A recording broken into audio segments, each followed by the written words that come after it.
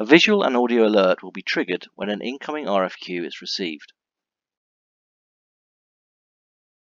The responder can review the information bar outlining exactly what the requester is asking for and what information has been disclosed. The responder can then populate the fields bid size, bid quote, ask quote, and ask size. Note that the sizes must be at or above minimum block trade size for the requested product. Once the quote values have been filled, click Submit. The quote is then sent to the requester. The responder can update the quote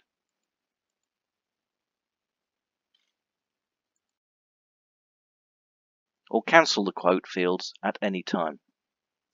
If the requester discloses additional information, this can be seen in the RFQ information bar.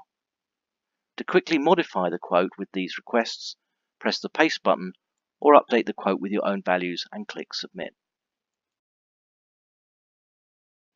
If the requester wishes to deal against a quote, then for an indicative RFQ, an order will be received by the responder, which must be either confirmed or rejected. Note that before the order is confirmed by the responder, it can be cancelled at any time by the requester.